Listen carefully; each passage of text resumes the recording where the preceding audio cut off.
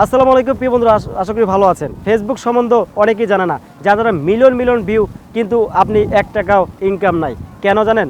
আপনারা শুনতে চান? অবশ্যই ভিডিওটা কিন্তু টান দেবেন না আপনাদের জন্য। আপনি কি অন্যের ভিডিও ছাড়ছেন? অন্যের ভিডিও করে কিন্তু আপনি ইনকাম করতে চাচ্ছেন?